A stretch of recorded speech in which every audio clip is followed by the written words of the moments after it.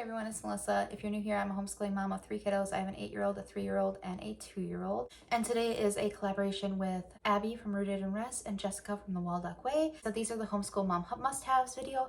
And I struggled with this one, to be honest. I don't really know what my homeschool mom must-haves are.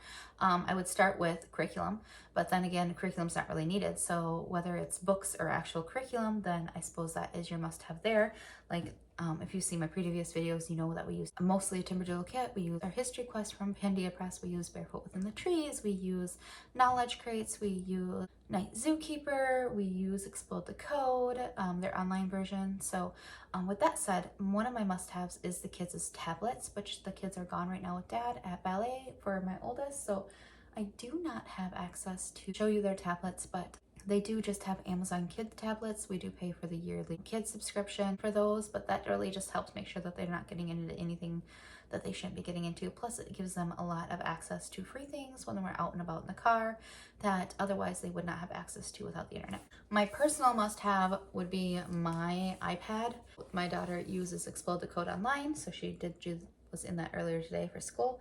But one of the biggest things I use it for is Dropbox, first of all. My kids' history quest is saved in my Dropbox, so they can see, listen to their videos basically anywhere on my phone, on my iPad. A lot of the times we use the iPad because it's a lot easier to open and start than my laptop. My phone I'm usually using for work while they're listening to their history hop and their history quest. Then the other thing that we use a lot is Libby. So it's very nice to have Libby on my laptop or my iPad here. What was the Great Depression is part of our Echo Mountain Study literature guide from Barefoot Within the Trees. So that is on here and part of what we're listening to. And then letter tiles from All About Learning, All About Reading and All About Spelling. When you buy the tab, you get all of the lessons and both All About Reading and All About Spelling.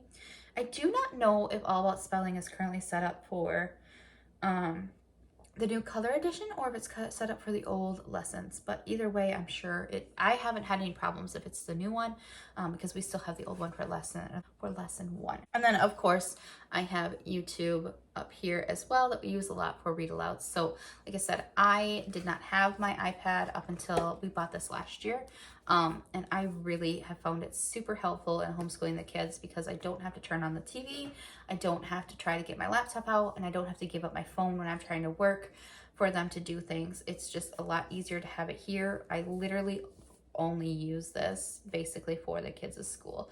Occasionally I will pull it out and listen to YouTube videos I was listening to if I'm trying to use my phone and my laptop or something else. It'll be bigger and easier for me there. But a lot of times I don't pull this out unless it's for school. My next thing, probably my last thing I'll mention, is my binder.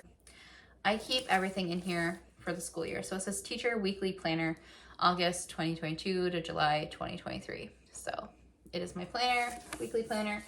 In the front here, I keep my weekly schedule. It's my weekly checklist. I will leave a link to my Dropbox below. It has all these random printables in there. You can change it to how you ever see fit. They're free. Use them in your own personal space, but please do not resell them. They are technically mine, and I am happy to share them to you for free, but please do not resell them or do anything else with them. But I put in, at the top, I write in what week we're in and what the date is and what days in school we're in.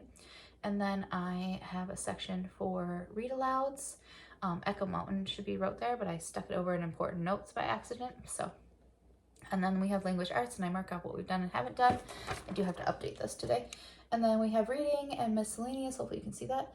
And all my miscellaneous. So that's everything there. I do occasionally update this. So like where it says space unit, it used to say dinosaur unit. And then I just keep that in the front pocket of my binder. As you can see, my binder is well loved. This is all wrinkly and gooey. And then inside here, in the front patch here, I keep track of my daughter's stickers for her All About Spelling and All About Reading. So All About Spelling is in here. And then her beta tracker, the tracker for her grades for beta. And I keep the stickers in here too. I also keep in here anything that I want to keep. So like these are her groundhog bookmarks. This is her first grade, when she started first grade, and the first day of pre-K, and I could have swore I did one. Oh, first day is second grade. Sorry. First preschool for my son and second grade for my daughter. I don't know why I said first grade. I did keep in here one of Emma's very first drawings, and I kept in a drawing Callie did. And then there's this groundhog report card she did a while ago, and I kept that in here because I don't know, some things I just keep. They do each have their own binders downstairs with their names on it for things to keep, but until I go swap things out for the end of the year, I don't actually put any of their stuff in there. It just stays in the front pouch of my binder.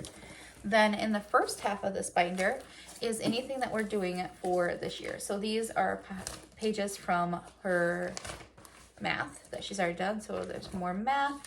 I pull out everything. She doesn't do all, but usually I pull out the sections for Book Shark for the week. So I have lesson 13 and 14 we're going to do for Book Shark. I pull out the section for History Quest and I stick that in here. And then I pull out anything extra we're going to do. So like this is for Earth Day science stuff that we already did. This was some women's history stuff that I wanted to, I need to put away yet actually. And then this is her 4K or her 4H stuff. So I make sure her 4H record book gets updated because it gets kept in the front of our school stuff. Then there's a little tab for the back half. And then in here, I have my generalized plan.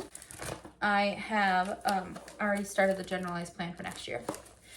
We have our unit study plan, and I cross unit studies off as we finish them. We have all of the months and my plan for the months there. We have a section for, this is in my Dropbox as well. This is just something I made to keep track of the books we read and what day we read them. That's in here. I printed some book reviews to try to do with my daughter, but we haven't started that. We tried one and we never did it. My student attendance tracker for my daughter is here. For the state of Wisconsin, we have to keep track of hours, so I write down the hours under each date. And this, I believe this tracker is in the Dropbox as well, but it won't be very relevant much longer. It only goes through July. And then I have my kids' chore charts are in here as well. Then I have blanks of my weekly checklist. I print new ones as I need new ones. And then I actually keep all my old ones. So this one thing is getting actually pretty thick. And then I have the old months as well in here that I had kept. And then we have the History Quest travel logs in here, the coloring pages for History Quest in the back, with the maps for History Quest in the back, the ruins page, and then in the very, very back, anything we've finished for the week goes in the back that needs to get put back where they belong. That goes back here. And then when it's done for the, so all these math ones will actually get thrown away because I've decided she's just going to write in the books, but they used to go back in the binder. And then, but like Book Shark, they go back in the binder. And then I will keep them for my next kids. But that keeps me on track. And then every month or every week, I just go in and I circulate out the front stuff with the new week stuff, and anything that was put in the back that was finished is taken out of the back and put away. But so my personal homeschool mom binder, my weekly binder, my working binder, I guess is what some people call them, is super, super important to me. I wouldn't even know where to start without it. For the longest time, I thought it was silly to pull things out of a book just to put it in another book, and I didn't do it.